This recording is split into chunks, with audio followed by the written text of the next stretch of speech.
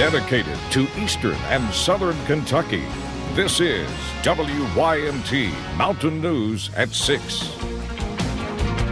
Their loved one died about 1 month ago. Now the search is on for the man who police say crashed into J.D. Hacker's car, killing him.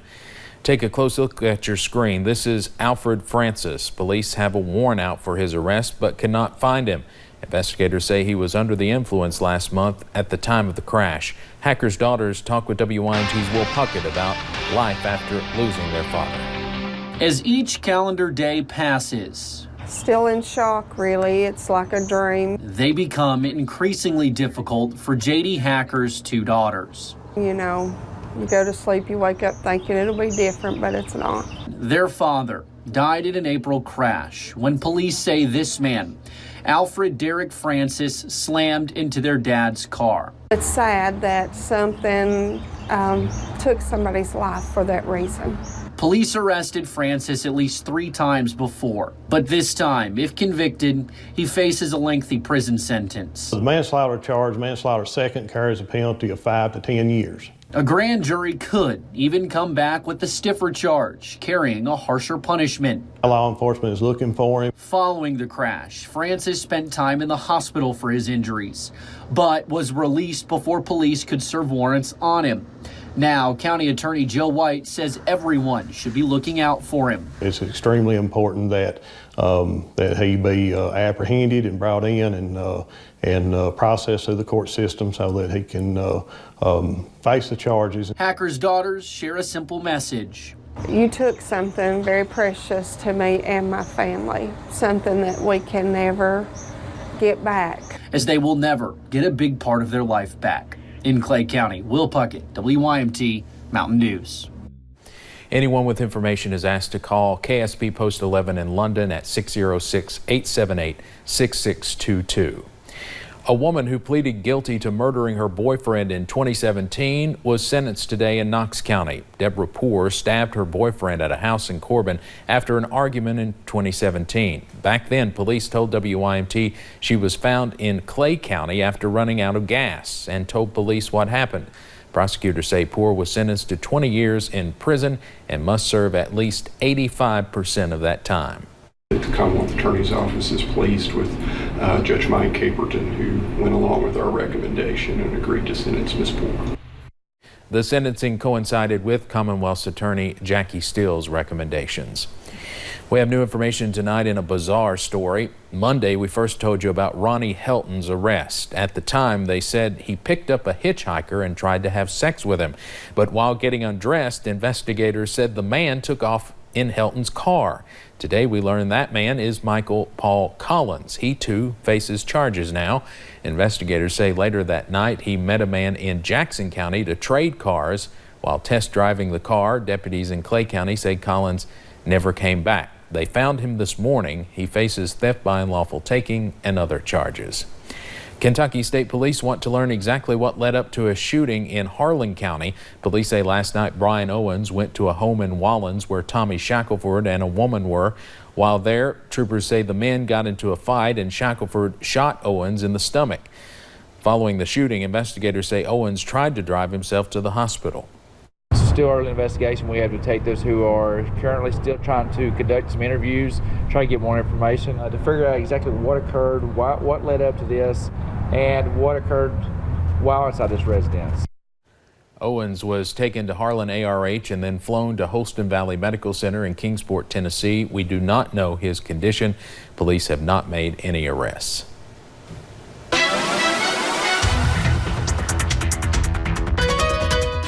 Well, we started today with those mostly sunny skies. If you were out earlier today, then we saw partly to mostly cloudy skies now. We're seeing those clouds increase ahead of that next system that'll be moving into the mountains. You'll notice on our UVA-wise camera, you can see those clouds have just been increasing constantly throughout the day. We'll see those mostly cloudy to cloudy skies really as we head into the overnight hours. Now, as we look over into Whitesburg, seeing still pockets of sunshine in some areas, but Whitesburg is also showing those almost mostly cloudy skies now. And as we head into into satellite and radar, you'll notice those clouds been increasing throughout the day. And you'll notice looking out to the west, you see those clouds and those showers and storms also increasing. Now we have a little bit before those move into our area really late tonight, early Thursday. We could see a few of those starting to pop up, but the best chance is really going to be a little bit later as we head into your Thursday. Those temperatures for now are very comfortable. Those low to mid 80s. Most of us now into those lower 80s, but showing an 84 in Prestonsburg, 77 Wise, a little bit cooler, 81 down into the Cumberland Valley, and even showing a 79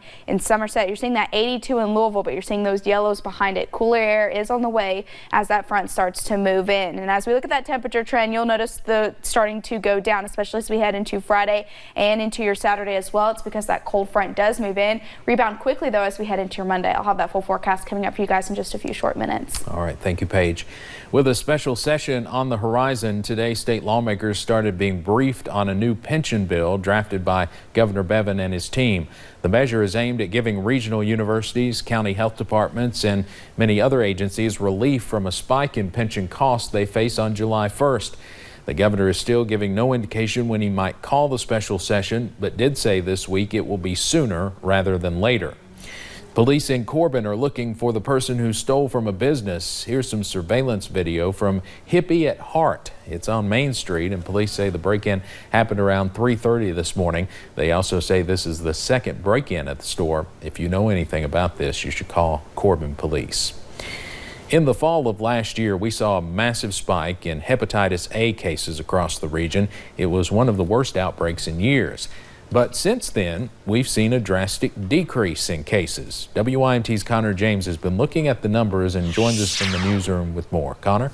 Steve, just looking at the number of cases month by month in the Kentucky River District, you can see that decrease. Take a look at this chart provided to us by the Kentucky River District Health Department. Since that outbreak during the fall occurred, the numbers have been steadily decreasing month by month.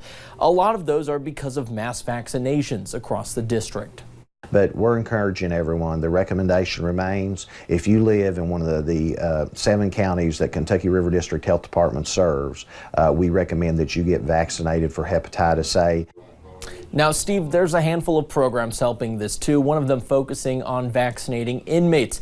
I'll take you to one of the jails that have this program, and I'll have much more coming up at 11.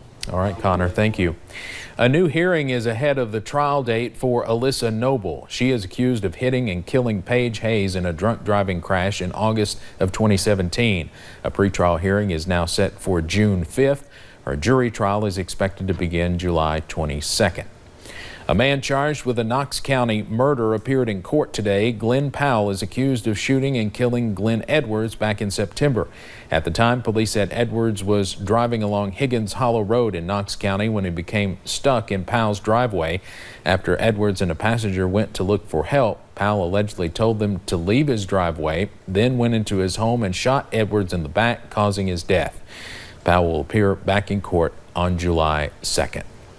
A fight at Pulaski County High School sends one student to the hospital. Police say the 18-year-old student was stabbed and flown to Lexington. A 17-year-old student is now being questioned by police. And this again happened at Pulaski County High School. Students were kept inside their classrooms until the situation was under control. WYMT's Phil Pendleton is live outside the high school now with the latest. Phil? Well, this happened around 1:30 this afternoon as we are being told that students were changing classes, and it happened right after the lunch hour took place. We're told that a 17-year-old stabbed an 18-year-old student. Now, police are telling us this was an isolated incident and no other students were in harm's way. But students we talked to say it's going to take a long time to get what they saw out of their heads.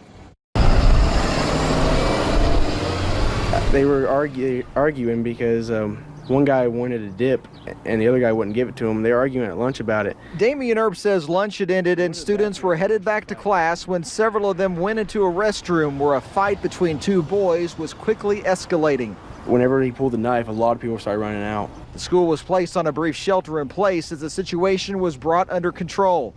A woman whose grandson attends PCHS says he was one of several kids who tried to bring the boy with the knife under control. There was a few people trying to get the guy, then separated.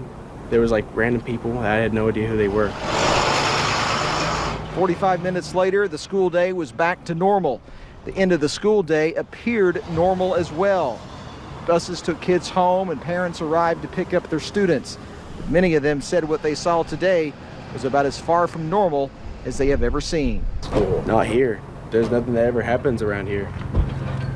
That is just something out of the ordinary for this place.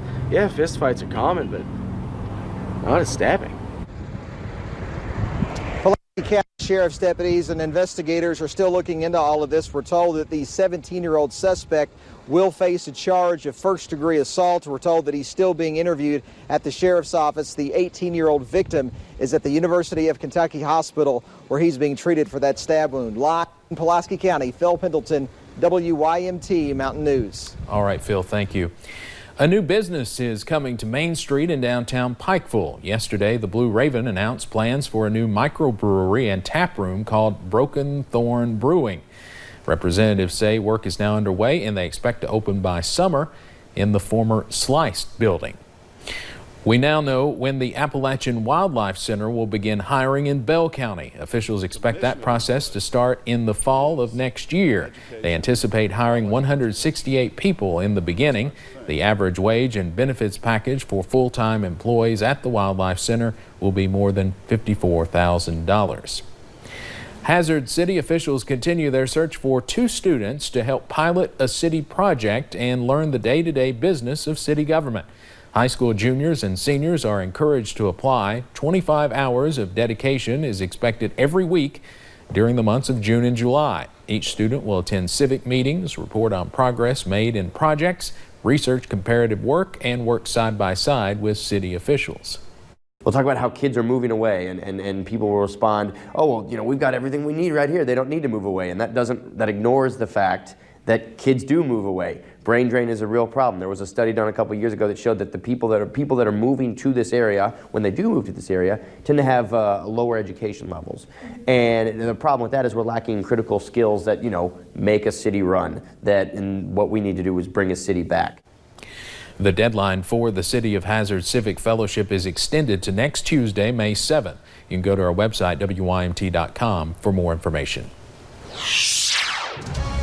Now, are you thinking about going to the Derby this weekend? Well, it's a little bit soggy for both Oaks on Friday and Derby on Saturday. But how about that forecast for the mountains? I'll have that full forecast coming up in just a few short minutes.